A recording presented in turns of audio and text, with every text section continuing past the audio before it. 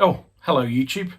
I've been away for a little bit, but I'm back. And rather than talk about everything I've watched since I've been away, why don't we just move forward with the future and let's talk about new things I've watched, starting with Corey Finley's Landscape with Invisible Hand. Oh, and this is the bit where I say, watch the trailer. Let's watch the trailer. Today, Earth will never be the same. It's only a year. He just wants to be immersed in the human culture. By being your husband, My pretend husband. do you have to have sex with it or? That is disgusting. It doesn't even have the equipment for that. Welcome home, son. Come give your father a hug. That thing is not my dad. None of us were prepared. Yeah, we just have to adapt. With our technology, humans can enjoy a new era of prosperity. It's not real food. They print it. Do you want me to cut that for you? So, Landscape with Invisible Hand.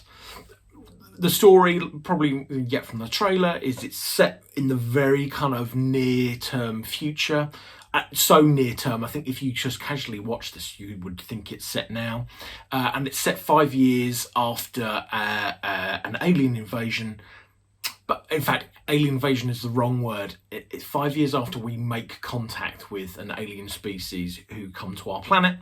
And it's kind of about what life is like after this first contact and coexisting with this new alien society. And our story follows kind of two teenagers who are kind of living in this kind of new world after first contact. So I did not know about this film at all, and I probably wouldn't have known about this film if it weren't for the fact that Alan Ng and Chris Gore on the Film Threat channel back in the summer when this got released in the in the US, when it was released in the US, they kind of gave it a really glowing review, and I didn't know anything about the film until then, and that kind of made me kind of keep my ear out for, I wonder when it will be released in the UK, and then randomly this week I saw so here in the UK it is now available on Amazon Prime as part of your Amazon Prime subscription, and I think a lot of people will miss this film by and will have no idea about it, and it's a real shame because this is a really good film. Will it be one of my top films of the year? It could be. I think people should definitely watch this. Buried the lead. I like this film. Why the film's good? It's incredibly clever at taking, like I said, when you give a quick capsule review, and it's about set in the future, and it's about what life is like after we make contact with an alien civilization. It is not what you think of straight away.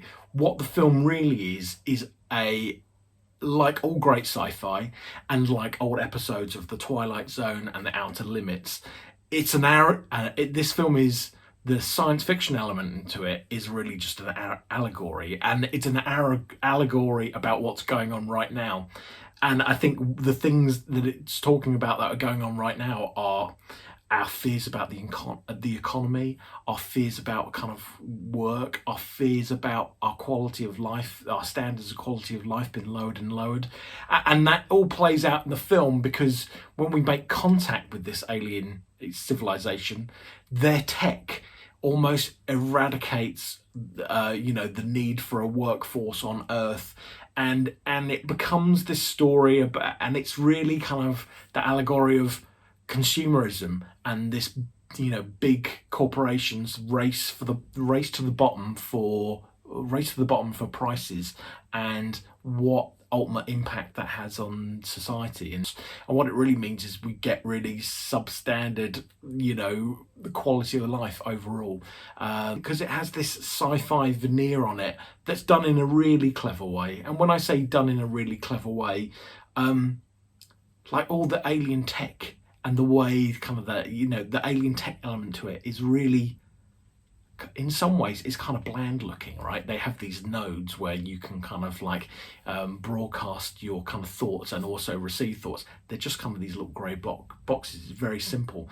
And the actual designs of the aliens themselves is kind of really, it's really simple. It's not over the top big creatures. They're like these, it looks like basically a frozen chicken you would buy, but with flippers on it, and it almost looks slightly goofy, but because of that goofiness paralleled with actually a commentary on a very kind of particular subject matter that about I think what lots of people's anxieties are at the moment, it kind of works, and it just feels like it's got a real kind of clever kind of vibe to it in terms of both what it's saying and also the way that it's rendering that. And also the design of the aliens, they talk in a really unusual way. They're kind of flippers, almost kind of like have got a scratchy, you know, texture to them, like an emery board, and it's their kind of almost sign language and making these noises, which is where their language comes from. And I think that's like, I don't feel like I've seen anything like that in sort of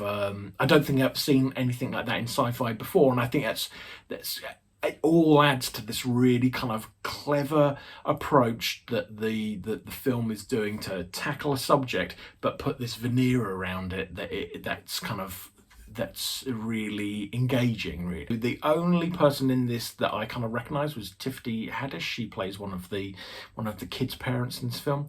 Other than that, I didn't know any of the cast, and particularly kind of the young lead, whose name is, oh man, I'm gonna look at it here. So the lead, Asante Black, he's really great in this. Didn't know who he was at all. He looks and acts like a real teenager, but is really engaging and interesting to watch. And so, yeah, there definitely is a cast in it that you kind of, you know, I would certainly kind of keep an eye out for the future. The film also does this thing, so Asante Black's character is an artist. Way through the film, you get almost, I wouldn't really call them chapter markers, but you get these kind of like, I'm going to use the word chapter markers. You get these chapter markers of a painting he's done with the name of the painting and the year it was done, and it's commenting on what's going to be coming up in the story and what you've seen happen so far. And it's really, and his art is this kind of unusual outsider art style, and it becomes a plot point in the story. But I think having these chapter markers of his paintings with dates in them and subjects to it, it kind of gives you a sense of history, like you are watching this historical artifact from a period of time, to let you know that kind of, you know, this story is taking part within like a bigger timeline of both these group of characters, and also for this bigger kind of mythology about their kind of alien first contact. The music in the film uses a theremin kind of score that you would hear in like in a 50s, you know, sci-fi B movie. And I think that really is kind of an interesting thing to do, because it kind of is a wink to its kind of slightly goofy, you know, science fiction veneer, but at the same time,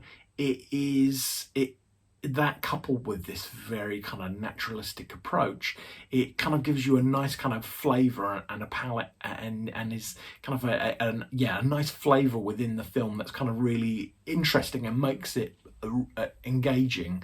The kind of, in some examples of where the film has a very naturalistic approach, there's a point where, somewhat of the mild spoilers, you see a kind of, you know, kids going into school one day and their teacher is outside the school, and who says, oh, because of, you know, the alien tech upgrades, students now no longer need to go to school, and, you know, they can just learn remotely from home with kind of, you know, this kind of learning beamed into their heads.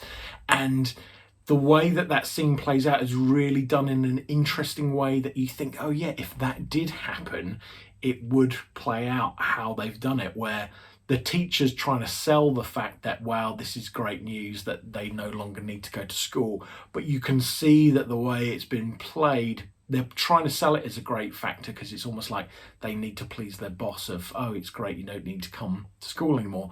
But you really see from this one tiny, you know, a character that it's just like a day player within the film. The way that this person sells it is, you can see that they're kind of really heartbroken in terms of the job that they want has been, and are passionate about, has been taken away from them, despite them trying to sell it as like, oh yeah, you know, great, you know, you don't need to come to school anymore.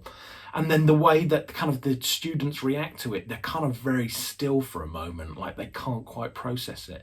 And then when people eventually do react, there's a real dichotomy. Actually, you find that there are some kids that are like, yeah, and walk off because they don't need to go to school. And you find that there are others that are just kind of stunned or are angry. And I think that's really, I think like things we've gone through with COVID and things like recently, you see that polarizing and different ways that people will react, and how when these big life things happen, our kind of emotional reaction to them is not immediate. It takes a while for it to sink in.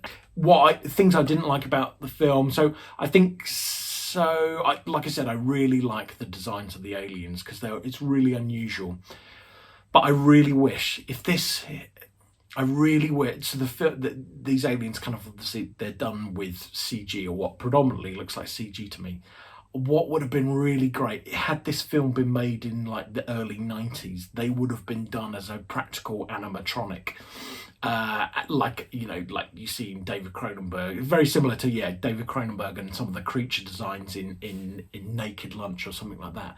And it would have been great if in this they hadn't just gone purely down the CG route, and they had some kind of tactile animatronic alien, on set, which I think, would have just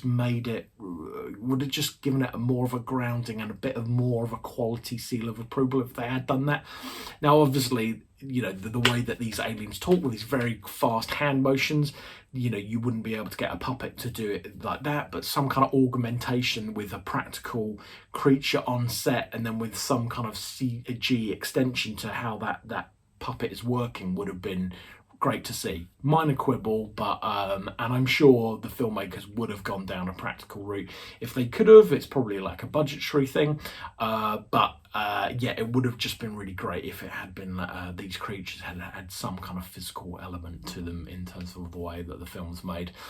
And then another thing, I found maybe the ending a little bit abrupt and maybe a little bit unsatisfying.